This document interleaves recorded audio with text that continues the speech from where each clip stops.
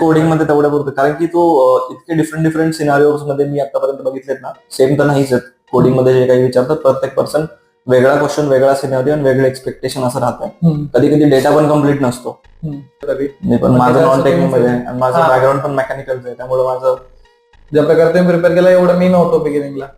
ठीक आहे, मी एडीएफ ला डायरेक्ट ब्लँक होतो. मी सरळ सांगितलं मी एडीएफ वर काम केलेलं नाही, मी डेटाब्रिक्स वर केलेलं आहे.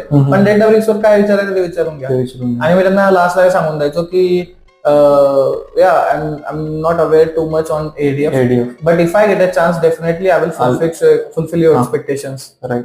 मी पण स्मॉल स्केलच सांगतोय. Complex pipeline are mostly handle by senior members असं सांगतो मी. थोडंसं येतंय म्हणून थोडंसं एक फॅक्टर सांगतो डायरेक्ट. आणि थेरी वाईज नॉलेज आहे, म्हणजे टाइप्स ऑफ ट्रिगर्स हे ते जर त्यांनी जस्ट इन केस विचारलं तर ते थेरी वाईज सांगायचं. हा, ते तुमचं चांगलं आहे, काही हरकत नाही त्याच्यावर. काहीतरी सिनेरिओ विचारू शकता त्यावर. मोस्टली ते कोडिंग मध्येच थोडंसं हे होतं.